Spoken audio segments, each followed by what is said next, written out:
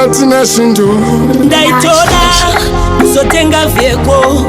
kudonedza musika zvekwaBumbeto ndichinzi ndanetsa pageto ana muchibva vatino mwari yavasipesti vakosha tese toda kukunda muchiona kana zvangu zvaita mozondonawo kana mwari vajusa njazofonawo tititi wangu ndakatombomira kuchola ndakwira gomo vokurumidza kundoona tese tinodanana gunda muchiona asi munozviona sei mwari mukandipa simba mondipa mota mondipa imba ishe wangu mondipa pfungwa ndiri munhu wenyama pamwe ndinoda kusundwa zvakakwadabuka handina mutsunda batanidzai zvese zviri kushupa kana zvabatana ndokwanisa kuzosimbisa maeuta ndichimati kutsamwa kunelebhamana tsamwa kunelebhamana tsamwa kunelebhamana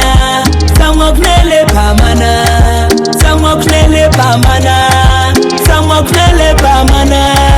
tsamwa kunelebhamana tsamwa kunelebhamana tsamwa kunelebhamana nedatopspidi kunge mujaji vamwe varipo kutsoma unofunga majaji kutsamwa kwandiri itori diskati handitsamwe nezvandonzwa nzeve dzine mastati zvandaida kusazorota nezvemari ndaimuka maneru ndichikomekedza mwari ndaiti ndakura upenyu donwari ndine kaplani kekuzongodisika nezvamwari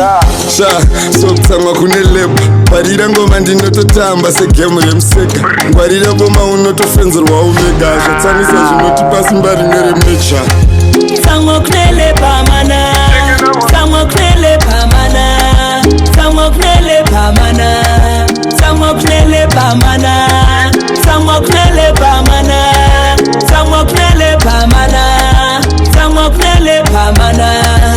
asi munozviona sei kuti tikafaita kubvisa kakushotesa mugame togona kutoponda namo plastika sapanika madius mumukoto zviri straight togona kungobika gango nekuti vamwe izvezvi nini ndototyaini kuunganirwa zvichinzi ndatofaini kuswera pambangu ndakabroka ndidi kusira vana namo kana ndasofaini tsamwa kunelebhamana tsamwa